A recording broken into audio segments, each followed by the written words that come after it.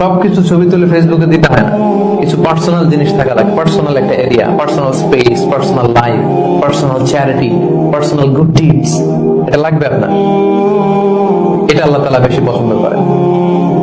আল্লাকা সিররুন ইনদাল্লাহ বাইনাকা আনতা ওয়া বাইনাল্লাহ, এমন কোন গোপন জিনিস তোমার আর তোমার রবের মাঝে আছে যেটা তোমার রব ছাড়া কেউ জানে না?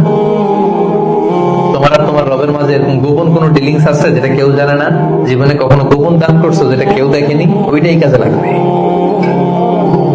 এজন্য ষষ্ঠ শ্রেণী হচ্ছে ওই ব্যক্তি যে গোপনে দান করে, সিক্রেট চ্যারিটি করে। গোপনে দান করতে রাজি আছেন তো সবাই?